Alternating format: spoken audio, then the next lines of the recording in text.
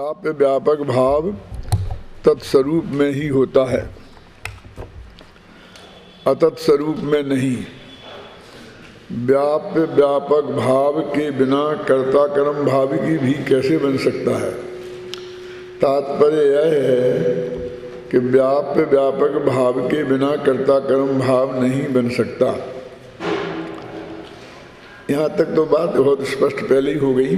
अब इस प्रकार प्रबल विवेक और सर्वग्राही ज्ञान के भार के बल से परकर्तृत्व संबंधी अज्ञानांधकार को भेदता हुआ यह आत्मा ज्ञानी होकर परकर्तृत्व से शून्य हो शोभायमान हो रहा है। देखो ये नीचे से ना इस प्रकार, अब प्रबल विवेक और सर्वग्राही ज्ञान के भार से, ये दो शब्द जो हैं वो बहुत मार्मिक हैं कि अपन ने शास्त्रों के आधार से इस बात को अध्ययन करके निर्णय किया, गुरु के मुख से किया, भगवान की दिव्य ध्वनि में सुनकर किया। तीन तरह से देखने लब्धि होती है। कभी शतावधानियों को आपने देखा हो, कभी 100 चीज़ें अपन बोल दें तो उसी क्रम से दोहरा देते हैं, लेकिन जब अपन बोलते हैं ना तब वो एकदम नहीं कि आप सपाटे से पढ़ते जाएं, वो ग्रहण नहीं कर सकते। एक नाम बोलते हैं, फिर 1 मिनट रुकते हैं, फिर कहते अब बोलो, फिर दूसरा बोलो, फिर वो कहेंगे अब बोलो। माने उसको वो धारण करते हैं। धारण करने का मतलब ये है कि एक निश्चित समय तक उसी में उपयोग लगा रहे तो वो चीज़ धारणा में पहुंच जाती है। धारणा में पहुंचने के लिए एकदम नहीं कि एक समय में जानी हो एकदम वो धारणा में पहुंच जाती है, वो अवग्रह या अवाय धारणा की प्रक्रिया में गुजरती है। तो इसलिए कहते हैं कि अब तुमने निर्णय तो कर लिया, कभी दूसरे काम में लग गए तो भूल भाल जाएंगे। उसे अब धारणा तक पहुंचाओ, उस विवेक को प्रबल करो।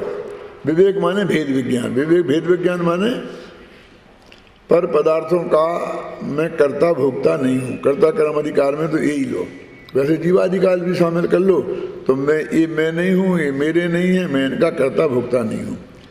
इस बात को जानकर फिर प्रबल विवेक से, माने देशना लब्धि हो गई, और प्रबल विवेक माने कर्ण लब्धि, वो प्रायोग्य लब्धि। और फिर कहा सर्वग्राही ज्ञान। ये बार बार ज्ञान को सर्वग्राही, सबको जानने वाला कह रहे हैं। देखो जितना गहरा ज्ञान अभी अपन को देखने में आया ना, उतना उस समय भी आता होगा। ऐसी प्रवृत्ति के लोग होंगे कि उनको कितना बार बार इस बात पर वजन दे रहे कि वो ज्ञान आत्मग्राही ज्ञान नहीं लिखा है, सर्वग्राही ज्ञान के द्वारा, सबको जानने वाले ज्ञान के द्वारा के भार से पर कर्तृत्व संबंधी अज्ञानाधिकार। पर में कर्तृत्व यही अज्ञानाधिकार है, एक ज्ञातृत्व नहीं लिया इसमें। अब एक बात इसमें समझ लेना कि 4 चीजें हैं ना, एकत्व, ममत्व, कर्तृत्व और भोक्तृत्व। तो यहाँ कर्तृत्व लिया तो ये मध्य दीपक हुआ। इसमें एकत्व भी लेना, ममत्व भी लेना और भोक्तृत्व भी लेना, और ज्ञातृत्व नहीं लेना। कर्तृत्व के भार से मुक्त होकर और ज्ञानी होता हुआ प्रवर्तता है। बस इस तरह से वो ज्ञानी होता है। उन्होंने कहा आत्मा ज्ञानी हो गया, ये कैसे जाना जाए? उसके जवाब में उन्होंने बात कही कि इस तरह वो आत्मा ज्ञानी होता हुआ जाना जाता है। यद्यपि नहीं, देखो यहाँ यह बात एकदम उभर कर आ गई है कि पर का कर्ता तो ज्ञानी अज्ञानी कोई भी नहीं है, परंतु पर के कर्तृत्व के अहंकार से ग्रस्त अज्ञानी अपने को उस अज्ञान भाव का कर्ता, अपने उस अज्ञान भाव का कर्ता अवश्य है। यद्यपि पर में कर्तृत्व बुद्धि के अभाव के कारण ज्ञानी आत्मा को पर के लक्ष्य से उत्पन्न होने वाले रागादि भावों का भी कर्ता नहीं माना गया है, तथापि उन रागादि को जानने रूप ज्ञान का कर्ता तो ज्ञानी भी है ही। यद्यपि यह बात अत्यंत स्पष्ट हो गई है कि आत्मा पौद्गलिक भावों के साथ कर्ता कर्म संबंध नहीं है, तथापि आगामी गाथाओं में उसी बात को विस्तार से समझाते हैं, अनेक युक्तियों से पाठकों के गले उतारते हैं। आगे बात बढ़ाएंगे इसको है। अभी देखो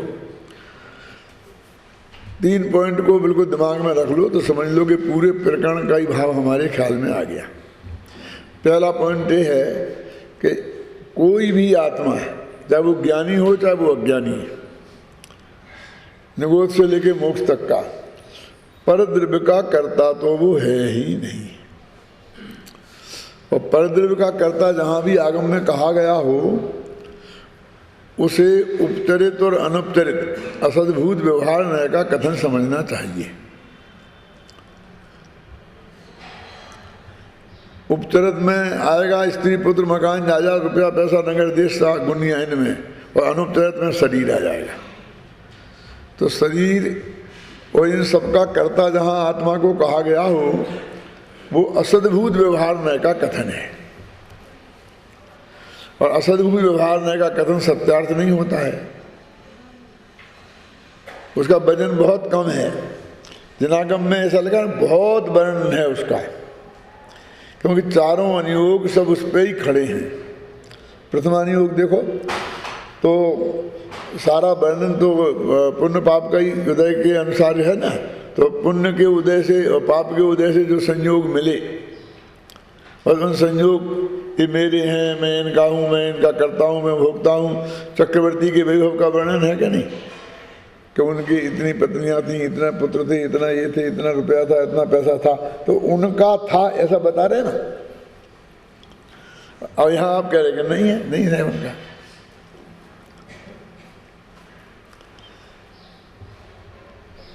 इस बात को गंभीरता से हम इसलिए इस तरह से ले सकते हैं कि भाई ये आज की बात थोड़ी है क्या समय सार प्रकट के ये बात आई है। वो पूरे प्रथमान योग में चक्रवर्ती की वो सारी विभूति बताई थी। और फिर छड़ाला में हमने ये पढ़ा था, देह जीव को एक गिने बहिरात्म तत्व मदा है। तो हमको उस वक्त ये आना चाहिए था ना, ये सब झूठा है। इसका मतलब ये है कि हम मिलान करके देखते ही नहीं, सोचते ही नहीं। आज क्यों खड़ा हो रहा है? आज हम खोल खोल के कह रहे हैं तो तुम्हें प्रश्न खड़ा हो रहा है। और आया तो पुराण भी तुमने पढ़े थे और छड़ाला भी पढ़ा था, तब क्यों नहीं आया कि सारा प्रथमान योग में तो लिखा है। क्यों? सारा चरणान योग उस पर खड़ा है, असद्भूत व्यवहार पे। कैसे खड़ा है कि जीव को मत मारो, तो उस देह और आत्मा मिला हुआ उसका नाम जीव बोलते ना। मनुष्य को, चींटे को, कीड़े को, मकोड़े को मत मारो, क्योंकि वो असली आत्मा तो अमर है, मरता ही नहीं है। और अकेले पुद्गल के बारे में आप ऐसे तोड़फोड़ करो तो उसको हिंसा बोलते ही नहीं है। तो वहाँ भी शरीर और आत्मा को मिलाकर एक ही बात कही ना, चरणान योग में भी। और एक आपने सुनी होगी बात, अन्नम वही प्राणा धनम वही प्राणा, पढ़ा कहीं? हो गए 10 प्राण तो 10 होते हैं, 5 इंद्रियां, 3 बल, आयु और श्वासोच्छ्वास। तो इन प्राणों का घात करेंगे तो हिंसा होगी। अब हमने किसी का खाना छीन लिया तो उसकी हिंसा हुई कि नहीं हुई? और अब आप उसे हिंसा मानते कि नहीं मानते? मानते हैं भाई। उसे तकलीफ पहुंचाई, खाना छीन दे, भूखों मरेगा, मर जाएगा, तकलीफ पाएगा ना, खाना बंद कर दिया उसका। तो आचार्यों ने कहा कि नहीं, वो भी हिंसा है। फिर उन्होंने और उपचार में उपचार लगाया कि अन्नम वही प्राणा, क्योंकि वो 5 इंद्रिय और मन, 3 बल और आयु और श्वासोच्छ्वास, इनको टिकाने में अन्न निमित्त है, इसलिए अन्न को भी प्राण कहते हैं। तो अन्न को भी हम छीनेंगे तो भी हमारी हिंसा होगी। आई अब और आगे बढ़ गए ना। अब और तो उन्होंने कहा कि धन छीनेंगे तो नहीं होगा ना। तो उन्होंने कहा धनम भाई प्राण, धन भी प्राण है। कि धन कैसे प्राण है? कि वो अनाज धन से आता है ना। क्यों? माने किसी के नोट को आपने लेके फाड़ दिया, जला दिया यहाँ, तो आपने हिंसा की कि नहीं? क्योंकि नोट बिल्कुल अजीब है, उसमें जीव नहीं है ना। मेरा मतलब समझ गया? यानी वो व्यवहार, उपचरित असद्भुत व्यवहार भी कितनी गहराई तक जाकर प्रवर्तित होता है। तो उसके आपने धन का अपहरण किया तो भी हम उसे हिंसा मानते हैं कि नहीं मानते हैं? तो अब इन सब को, धन को, अन्न को और शरीर को, और इन सब को ही फिर अपना कह दो। फिर तत्व ज्ञान में ये कहते हैं ना कि इनको जो अपना माने वो मूर्ख है, मिथ्या दृष्टि है। तन उपजत अपनी उपज जान, तन नसत आपको नाश मान, ये सब लिखा कि नहीं लिखा? और ये मैं कहना चाहता हूँ कि ये बातें पहले दोनों जगह हमने दोनों पढ़ी थी और हमारे उन विद्वानों ने हमें पढ़ाई थी, महाराजों ने समझाई थी। लेकिन क्यों आपको प्रश्न खड़ा नहीं हुआ? और आज हम समझाते हैं वही बात तो आपको प्रश्न खड़ा होता है। सिर्फ इतना फर्क है, हमने खोल के समझाई और तुमने उस बात खोल के नहीं समझाई थी, किसी ने ना समझी थी। तो दोनों ही एक साथ चलती थी, ये भी सच्ची और वो भी सच्ची। क्यों? 2 और 2 5 भी सच्चे और 2 और 2 4 भी सच्चे।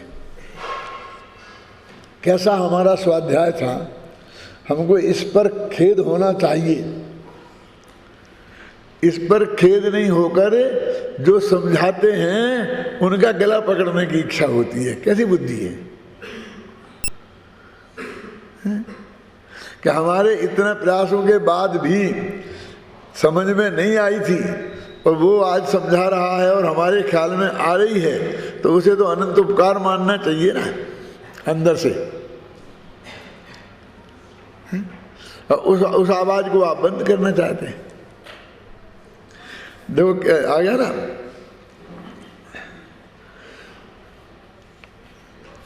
3 बातें बता रहे थे ना पर।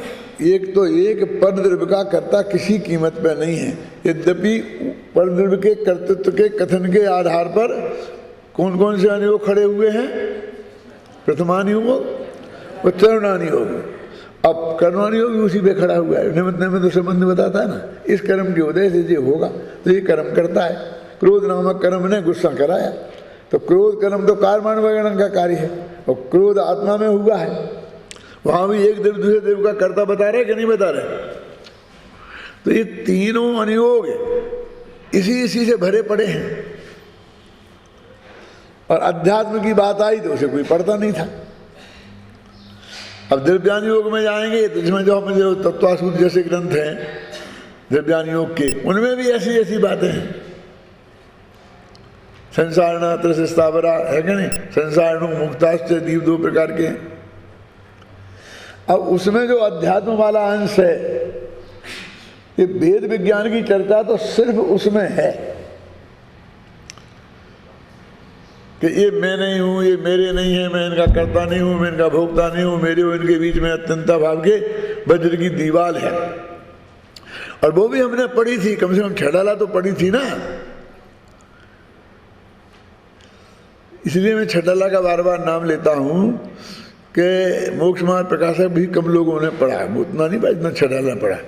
और उतनी श्रद्धा भी नहीं है कुछ लोग, लेकिन 20 पंथी 13 पंथी सब 6 डाला को तो बिल्कुल एक स्वर से पढ़ते रहे हैं और उसके प्रति श्रद्धा सबकी है। एक भी दिगंबर ऐसा नहीं होगा जो 6 डाला में शंका करता हो। अब 6 डाला में क्लियर लिखा हुआ है। तो ये 2 बातें एक साथ चलेंगी कि नहीं चलेंगी? कि तुम इसकी करोगे, तकलीफ पहुंचाओगे तो रोका भी जाएगा कि ये जीव है, ऐसा भी कहा जाएगा, और ये जीव नहीं है, जीव तो इसके अंदर जानने देखने वाला तत्व है, ये भी कहा जाएगा। अब आपको अपने विवेक से समझना पड़ेगा, नए विभाग से निर्णय करना पड़ेगा। नहीं करोगे तो लड़ते रहना, झगड़ते रहना, फिर उससे कोई कल्याण तो होने वाला है नहीं। तो पहला पॉइंट हुआ अध्यात्म का, कौन सा? कि परद्रव्य का कर्ता तो किसी कीमत पर ज्ञानी अज्ञानी कोई नहीं है।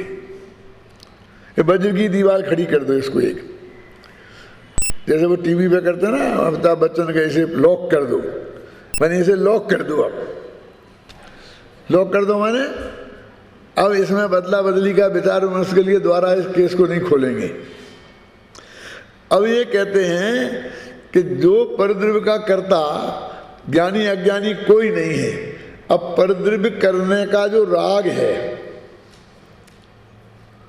जो राग पैदा हुआ है क्रोध मान माया लोभ, तो उनका कर्ता आत्मा है कि नहीं, ये प्रश्न खड़ा हुआ। तो हमने आत्मा के दो भेद किए, ज्ञानी और अज्ञानी, लेकिन ये दो आत्मा नहीं है, एक ही आत्मा के दो भेद किए हैं, ज्ञान अवस्था और अज्ञान अवस्था में। वही आत्मा अज्ञान अवस्था में उन रागादिक का करता है, ऐसा शास्त्र में आता है, और ज्ञान अवस्था में करता नहीं है। इसको इस भाषा में भी आता है कि अज्ञानी करता है और ज्ञानी करता नहीं है। अब ये कहते हैं कि अज्ञानी करता है, आप ऐसा भेद क्यों डाल दें? जैसे पर के बारे में कहा कि दो ही करता नहीं है, तो उनने जवाब दिया कि अज्ञानी करता बनता है इसलिए करता है, और ज्ञानी करता क्यों नहीं है? क्योंकि ज्ञानी करता बनता नहीं है इसलिए करता नहीं है। तो ये बात तो सही है, लेकिन ये जचती नहीं है। तो ये कोई बात है कि तुम्हारे मन से तुमने बने के नहीं बने, क्या इससे निर्णय कैसे हो सकता है? और कैसे हम जाने कि ये बन रहा कि नहीं बन रहा? क्यों? तुम ऐसी बात हो गई कि तुम अपने को करता मानो तो करता हो, नहीं मानो तो करता नहीं मानो, नहीं ऐसा हो गया ना। तो ये तो हमारे मान्यता के आधार पर निर्णय हो गया। इसका मतलब है कि वस्तु में ऐसी चीज नहीं है, ये सब हमारी मान्यता में है। एक प्रश्न है और इसका उत्तर हमें खोजना है, वो है बहुत बढ़िया उत्तर है, मैंने खोजा है तभी तो मैं आपको बता रहा हूँ। असलियत में क्या चक्कर है कि अध्यात्म अनंतानुबंधी राग को ही राग मानता है। अनंतानुबंधी क्रोध मान माया लोभ और मिथ्यात्व, पर इस इतनी 5 चीजों को वो राग मानता है। जब वो राग कहता है तो उसका अर्थ होता है अनंतानुबंधी क्रोध मान माया लोभ और मिथ्यात्व, बस खत्म। ये बात आपको कोई नहीं समझाएगा, कहीं ऐसी सीधी लिखी भी नहीं मिलेगी, समझ गया? अब अज्ञानी के चूंकि ये होते हैं इसलिए वो उस रूप परिणमित हुआ ना, इसलिए वो इनका करता है। कौन से नियम से? यह परिणमति सकर्ता के नियम से। ठीक हो गया? अब अगर ज्ञानी नहीं है तो ज्ञानी नहीं है तो ज्ञानी के लिए है ही नहीं, ये सवाल कहाँ होता है इनका कर्ता होने का। और अध्यात्म अप्रत्याख्याना वर्ण आदि राग को राग कहता ही नहीं। हम क्या समझते हैं कि जो अप्रत्याख्याना वर्ण आदि राग है ना, अब वो ज्ञानी उनका भी करता नहीं है। ये यहां नहीं कह रहे वो, तो वहां वे कहेंगे करता न से ज्ञानी भी उसका करता है। किसका? राग का। राग का माने कौन सा राग? कि जो राग उसके है उसका। क्या भाई ये है इसमें पैंच कि अज्ञानी करता है और ज्ञानी करता नहीं है। तो ज्ञानी है, ज्ञानी के राग ही नहीं है तो करता कहां से होगा? क्यों? अनंतानुबंधी का राग नहीं है, वही अनंत संसार का कारण है। और जो अप्रत्याख्याना वर्ण आदि कसायों के उत्पन्न होने वाला राग है जो 10वें गुण स्थान तक रहेगा, उस राग को इस प्रकरण में राग ही नहीं माना है। और जिस प्रकरण में माना है उस प्रकरण में उस रूप वो परिणमित हुआ है इसलिए करता है। अशुद्ध निश्चय नय से करता है तो वो अशुद्ध निश्चय नय से उस राग का करता है। क्या समझे ना? कौन सा? जो राग उसके है, जो राग उसके है ही नहीं उसका कर्ता कैसे होगा? मतलब इसलिए वो दोना पट्टी सी लगती है। कैसी लगती थी? ये तो सोच आधार हो गया ना, और वो लगता है वो मानता है, इसलिए हमने कह दी कि हमने गलती की तो हम गलती हो गए, और तुमने नहीं मानी तो तुम गलती नहीं हुए। क्यों? वो हम भोजनालय में हमसे गिलास कांच का टूट गया, हमने मान लिया तो हम उसके तोड़ने की क्रिया की करता है, और नहीं माना तो हम तोड़ने की क्रिया की करता नहीं। ये कहाँ से लाए? फिर तो उल्टा हो गया कि अपराधी करता नहीं बनेगा, ऐसा लगता है उसमें। लेकिन उसके पीछे रहस्य है कि जिस राग की बात चल रही है वो राग ज्ञानी के है ही नहीं, इसलिए वो उसका सर्वथा करता है, वो राग का करता है। और जहाँ लिखा है प्रवचन सार में करता नए में कि वो राग का करता है, समय सार में भी लिखा है, वहाँ पर वो अप्रत्यक्ष खाना वर्णादि राग है। और ये बात भी मैंने बहुत माथा पच्ची की तब मेरे ख्याल में आई, क्योंकि मैं पढ़ता था तो अटपटा लगता था, दोनों पट्टी जैसी लग रही है। क्या ऐसा नहीं लगता था कि तुमने बस तुम्हारे हाथ में है लिखना से तुमने लिख दिया? क्योंकि ज्ञानी तुम्हारे पक्ष में, ज्ञानी के पक्ष में हो तो उसे सब छूट, और अज्ञानी को सब छूट। ज्ञानवंत के भोग भी तुम्हारे निर्जरा हेतु है, और अज्ञानी बेचारा कुछ भी नहीं करे है, फिर तो बास करे 8 दिन से एक दाना मुँह में नहीं दिया तो अभी वो उसमें है। अब आपके ऐसा लगता है ना जबरदस्ती का, लेकिन कुछ जबरदस्ती नहीं है, क्योंकि फैक्ट है कि ज्ञानी अपन कहते अपनी भूमिका के योग्य ही तो राज करता है ना, तो वो भूमिका के योग्य राग को यहाँ राग नहीं गिन रहे ना, इसलिए उसे सर्वथा करता कर, वो अनंतानुबंधी वाला राग है ही नहीं। और जो उपवास कर रहा है ना, वो अपने को भोजन की क्रिया का कर्ता मानता है। 10 दिन का उपवास करने वाला, अभी मैंने भोजन नहीं किया, अब मैंने भोजन किया, तो वो चाहे करे और चाहे नहीं करे, अज्ञानी तो है ही है। और जब ये शर्त लगाते हैं कि भाई अज्ञानी, ज्ञानी के भले ही वो भोग की अवस्था हो तो भी निर्जरा होती है और आश्रम बंद नहीं होते हैं, और अज्ञानी के भले ही वो ध्यान की अवस्था हो तो भी होते हैं, तो उस वक्त ऐसा लगता है कि ये बराबर एकदम पक्षपात है कि समर्थ को नहीं दोष गुसाई। सब ने अपनी अपनी हिसाब से सुविधा के अनुसार और शास्त्र बना लिए हैं, और क्या अब हमारे लिए कुछ नहीं होता है और तुम्हारे लिए होता है, लेकिन वो तो फैक्ट है ना उसमें। क्योंकि असली बंध का और अबंध का निर्णय तो परिणति से होता है। एक और मैं आपको बता दूं, अभी ये बात समझना है अजय भाई, कि हम उपयोग पर बहुत ज़्यादा जोर देते हैं। ऐसा मानते हैं जब हमारा उपयोग आत्मा में रहेगा ना, आत्म ध्यान में, तब हमें कर्म का बंधन नहीं होगा, और उपयोग बाहर आते ही शुरू हो जाएगा। और उपयोग अंदर में रहेगा तभी निर्जरा होगी, और उपयोग बाहर में आते ही हमारी निर्जरा खत्म हो जाएगी। तो इसलिए हमें वो सब बहुत ज़्यादा महिमा आ गई, इसलिए सबको बस बैठो, ध्यान करो, ध्यान करो, ध्यान करो, ध्यान करने का पागलपन सवार हो रहा है। शास्त्र में कहते हैं, जिसको ध्यान कहते हैं ना, कि सम्यक दर्शन भी होवे तो 6 महीना में 2-5 समय को, आधा पौन सेकंड को भी नहीं होता है। उसकी में तुम कोशिश कर रहे अभी से। और वो कहता मैं तो सब 6 घंटा बैठा रहता हूँ ध्यान में। क्या अब ये तो हो गई। अब मैं आपको बोलता हूँ कि आपने करुणानि योग पढ़ा ना, तो करुणानि योग में जो बंध विच्छुत्ति है वो परिणति के हिसाब से है कि उपयोग के हिसाब से। मैं चौथे गुणस्थान में 41 विकृतियाँ नहीं बनती हैं तो नहीं बनती हैं, चाहे वो चौथे के स्थान वाला खाना खा रहा हो, चाहे लड़ रहा हो, और चाहे ध्यान में बैठा हो। आपको लगता है लड़ने को, खाना खाने को और ध्यान को आप बराबरी पे खड़ा कर रहे हैं, इसलिए चाहे लड़ो चाहे खाओ, इसलिए खुद लड़ने की प्रेरणा दे रहे। अब हम क्या करें, तुम समझना नहीं चाहते हो और हम पे आरोप जड़ करके क्यों और स्वतंत्र होना चाहते हो। लेकिन वो बंध की विच्छित्ति है, उन प्रकृतियां का बंध नहीं होगा। और जिन प्रकृतियों की बंध विच्छित्ति नहीं है, उस शुद्धोपयोग होगा, उस काल में भी होगा।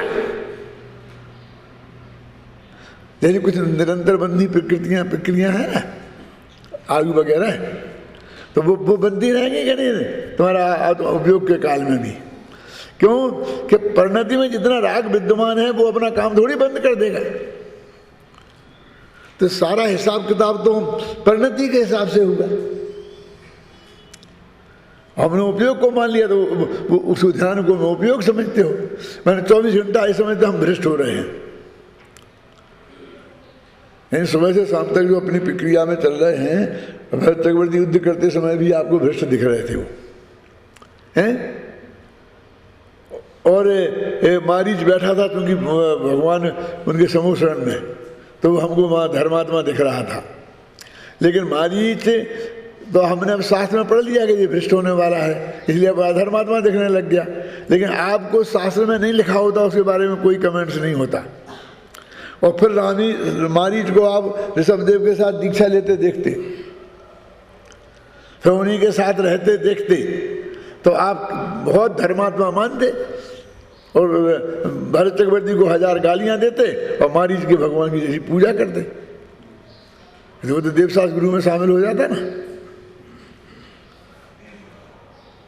है ना। लेकिन स्थिति तो बिल्कुल उल्टी है कि नहीं है। तो ये परिणति और उपयोग का अंतर समझ रहे हैं। अब ये कहेंगे यदि उपयोग की ये बात है तो फिर हम उपयोग पर ध्यान ही क्यों दें, उसको महत्व क्यों दें कि भैया उपयोग में से परिणति में शुद्धि की वृद्धि होती है।